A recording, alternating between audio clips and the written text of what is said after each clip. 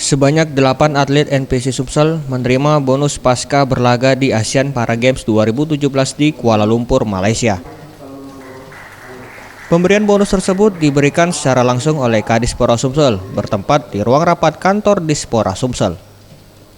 Kadispora Sumsel Ahmad Yusuf mengatakan, untuk bonus ini dibebankan di APBD Sumsel dengan total 200 juta rupiah. Untuk medali emas mendapatkan bonus 8 juta rupiah, perak 5,5 juta rupiah, dan perunggu 3,5 juta rupiah.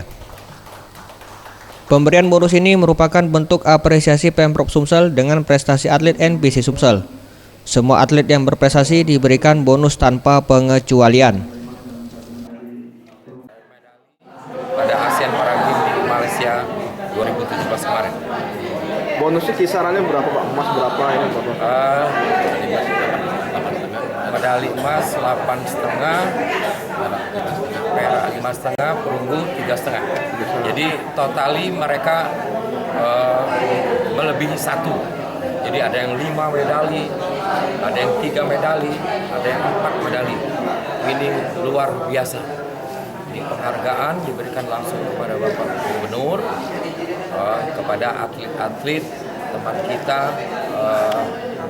para